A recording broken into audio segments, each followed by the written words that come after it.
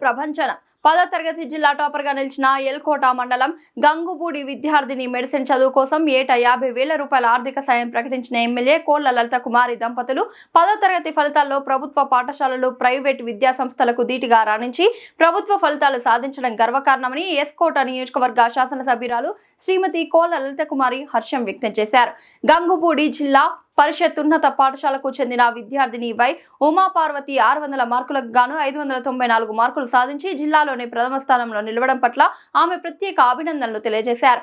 బుధవారం ఎల్కోటలోని క్యాంప్ కార్యాలయంలో ఎమ్మెల్యే కోళ్ల లలిత కుమారి దంపతులు విద్యార్థిని ఉమాపార్వతిని ఘనంగా సన్మానించారు.